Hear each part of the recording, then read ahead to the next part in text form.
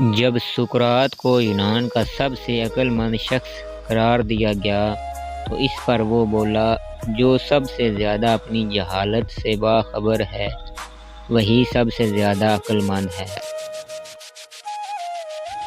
جاہلوں کا طریقہ یہ ہے کہ جب ان کی دلیل مقابل کے آگے نہیں چلتی تو وہ لڑنا شروع کر دیتے ہیں۔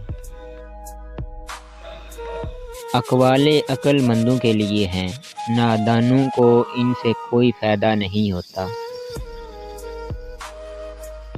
اپنے حصے کا کام کیے بغیر دعا پر بھروسہ کرنا حماقت ہے، اور اپنی محنت پر بھروسہ کر کے دعا سے گریز کرنا تکبر ہے۔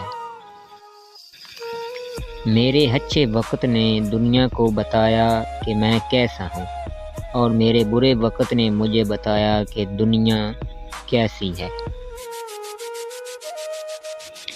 اس سے تو خاموشی بہتر ہے کہ کسی کو دل کی بات کہہ کر پھر اس کو کہا جائے کہ کسی کو نہ کہنا۔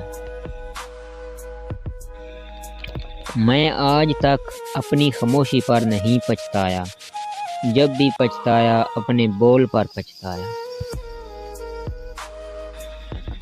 عقل مند اور بے وقوفوں میں کچھ نہ کچھ عیب ضرور ہوتا ہے۔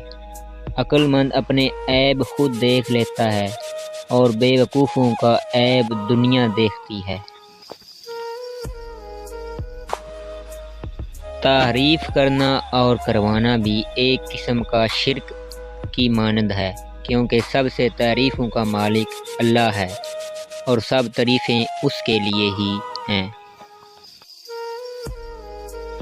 میں پوری زندگی دو بندوں کو تلاش کرنے پہ بھی تلاش نہ کر سکا، ایک وہ جس نے اللہ کے نام پہ دیا ہو اور غریب ہو گیا ہو، دوسرا وہ جس نے ظلم کیا ہو اور اللہ کی پکڑ سے بچ گیا ہو۔